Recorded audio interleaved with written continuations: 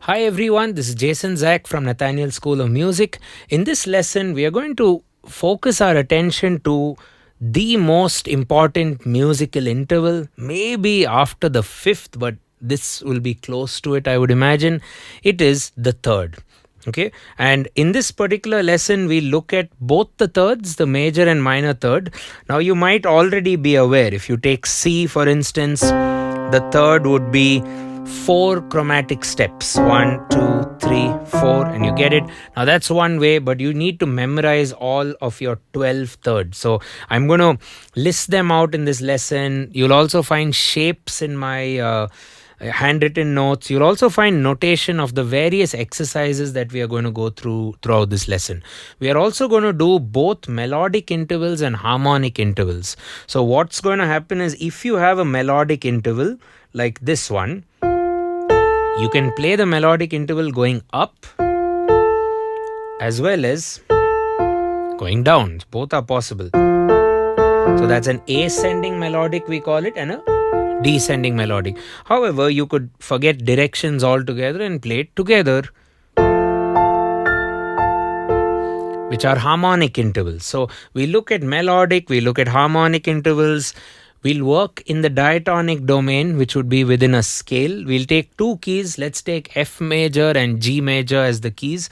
But we'll also try and move it in different other options like the circle of fifths and so on. So there's a lot to do. I have it organized in the notation. You can check that out in our Patreon, where you'll also be able to hear it via MIDI, and you'll get the original MuseCo document, which is an open source software. You can learn it easily by double clicking that file. And that's about it, right? And get your keyboards out. You need to play along with me. That's going to be very, very important for the lesson, right? So let's get cracking. So I'm going to take F major as the starting scale, 1 flat, B flat, and just to finish it off, let's also do G major, 1 sharp, namely F sharp. 7th degree is F sharp.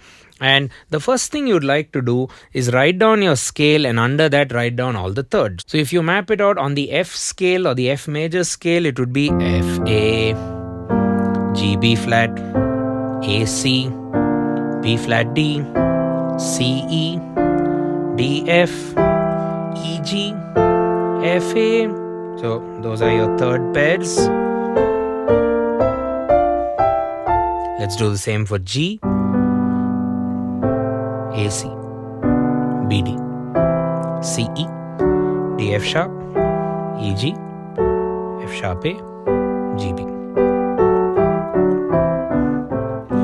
Okay, and the first exercise will basically be moving them diatonically, where one hand plays melodic intervals and the other hand plays harmonic intervals. So a good way to think about it is, you play crotchets or quarter notes in your left hand, 1, 2, 3, 4, 5, 6, 7, 8, and you double the speed in your right hand by doing ascending intervals or melodic intervals, which could be either ascending or descending. So that will be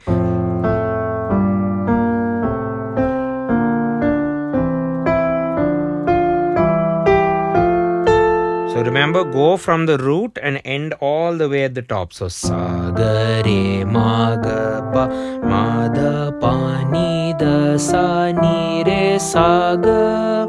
Okay, and we can do the descend. Ga sa re ni sa dha ni pa dha ma pa ga ma re ga sa. Let's try to see my fingering. Otherwise, for now, don't bother too much about fingering. Just try to use as many fingers as possible, especially these three when you play thirds. Okay, so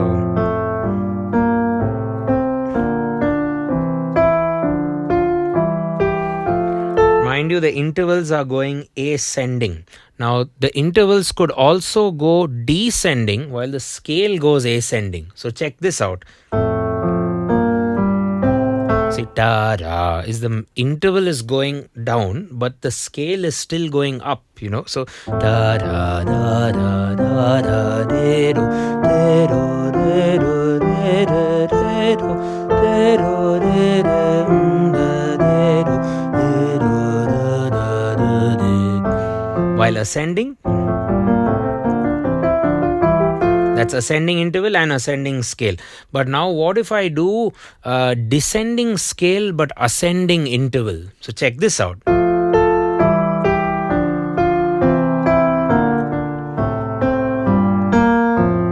So the intervals are going ta-da, that, but scales coming down. It's pulling ta-da-da-da-da-da-da-da versus the normal way might be, which would ta-da-da-da-da-da-da-da-da-da-da-da. But we need to do la la la la la la la la la la la la la la la la la.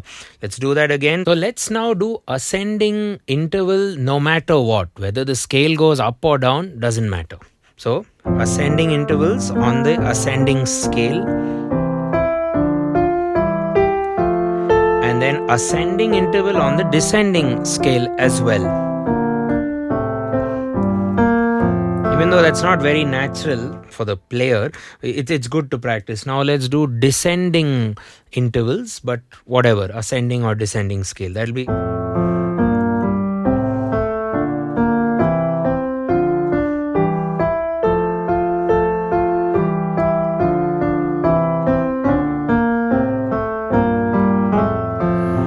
Okay, so we practice the thirds diatonically on F. Let's do it on G as well. So let's do ascending G.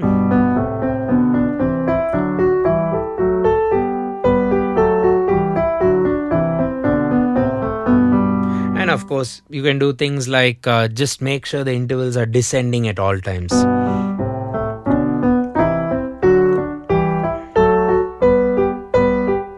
Or ascending while you descend scale.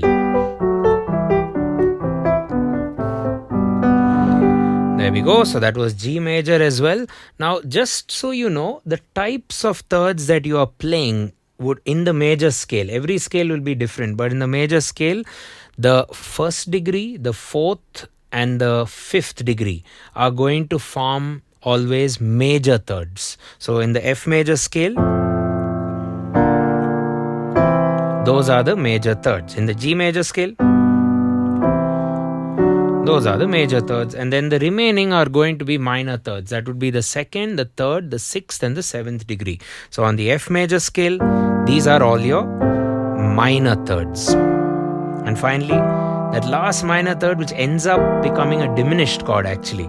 So you should see my chart. I've plotted it out. So do the same thing on G. Major thirds, G, C, and D. Minor thirds would be A, B, E, and F sharp, which eventually forms the diminished chord. Okay, so the directions also can be changed as you move forward. This would become a very tricky mental game, not only on the piano. In fact, this will be great on even stringed instruments, wind instruments, or brass instruments. Whatever you play, you can try it on those and see if it works for you. So if you do a jumbled thirds, as you could call it. So if you do the thirds in a jumbled direction, let's say you go up, ascending third, and then the next scale step would be a descending third. So not that. That's what you have to do. So there you go. Okay. Then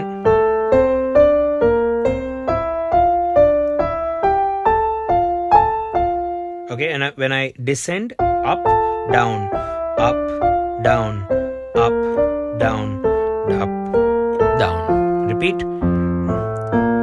Up, down. I'll play harmonically in the left hand as this lesson is trying its best to do.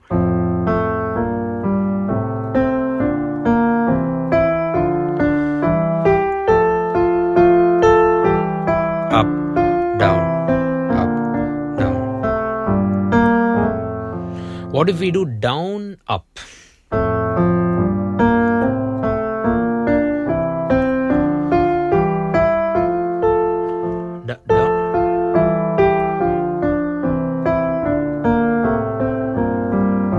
Practice this on, let's now do the same story on G, up, down.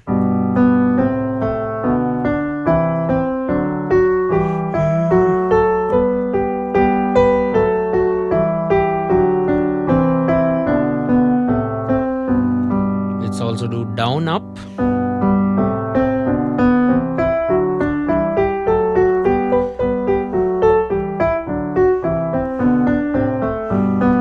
Okay, so thirds can be practiced in a lot of sort of directions or a lot of patterns, so to speak. The best way I found is the circle of fifths. But now, when you're in the circle of fifths domain, you have to decide which kinds of thirds you're going to play, because you're losing the diatonic formula, which I told you just now for major. However, you'll have a different diatonic formula for the minor. For example, if you want to practice this on the F harmonic minor,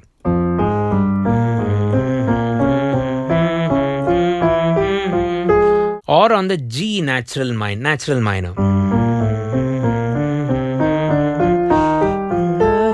Down.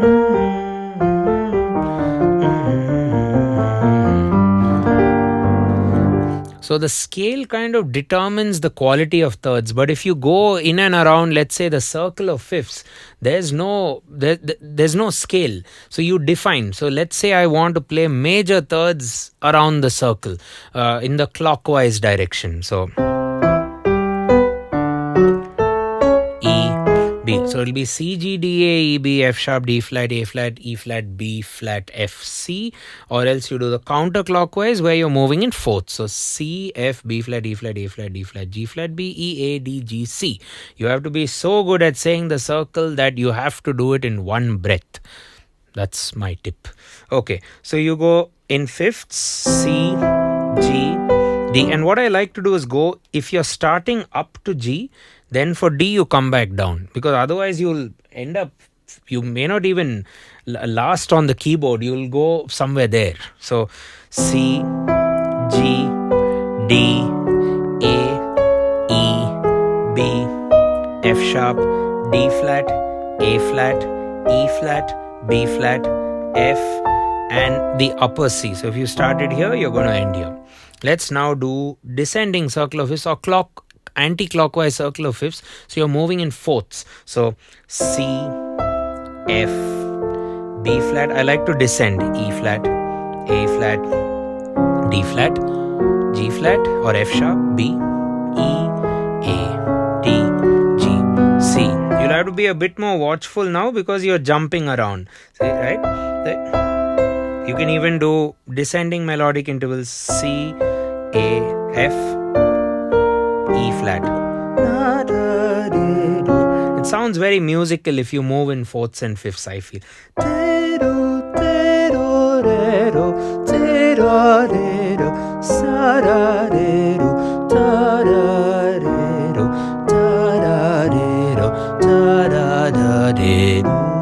Or if you do fifths again,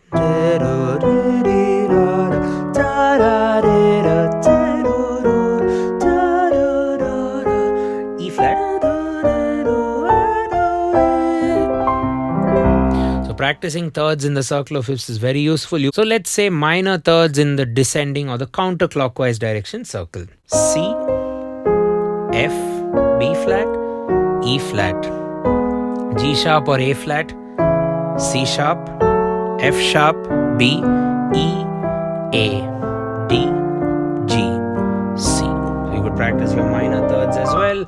Major thirds, you could also move in other directions. Let's say you want to play thirds, let's say major thirds, but you want to now climb to another interval and then the same interval repeats. So maybe good symmetric intervals would be major and minor thirds, again thirds. So you go major thirds from C, but you're going to go to the next minor third. I repeat. So C's major third is E. Now go to the next minor third, which will be E flat, and play its major third. Maybe to repeat this once more. I think I said it right though, so hear it again if you need to. So C, E flat. So if you're going up a minor third but playing a major third interval. There we go. So C, E flat. Now go up another minor third. But all major thirds, but in a minor third grouping or cluster. flat, F sharp, A, back to E flat, C. You could obviously play them as minors as well, or you can go up a major third and you get like an augmented chord, augmented family, which are all major thirds, and so on. So you could make up your own patterns. So this exercise is hoping to encourage you to practice thirds a lot more. Get that as part of your practice ecosystem. Don't just do scales, up and down, which most piano players do. You need to learn how to skip notes. Skipping notes is way, way more tougher than playing them one by one. Because one by one your fingers can fly, but when you skip, your fingers because it's not just your fingers doing the work. Your mind has to do a lot more work when you're jumping notes. It's the same with any musical instrument. It's very easy to play scales up and down. That's how these instruments are designed. Barring maybe a few instruments which are out there that actually are tuned in the circle of fifths and all of that. So hope you found the lesson useful. Practice hard and try to do this on as many scales as possible, not just F and G. However, we have notated that in our Patreon. You could get yourself a copy. And if you'd like to learn music, scales, chords, train your ear, figure out some nice progressions, train your rhythm, your reading, production skills and whatnot, do consider filling up a form. Go to our nathanielschool.com website as well. You can see some of our structured video courses where you can go from ground zero to a good stage on the piano and music in general. Right? Thanks a ton for watching the video. Don't forget to hit the subscribe and turn on the bell icon for regular notifications. And I will catch you in the next one. Cheers.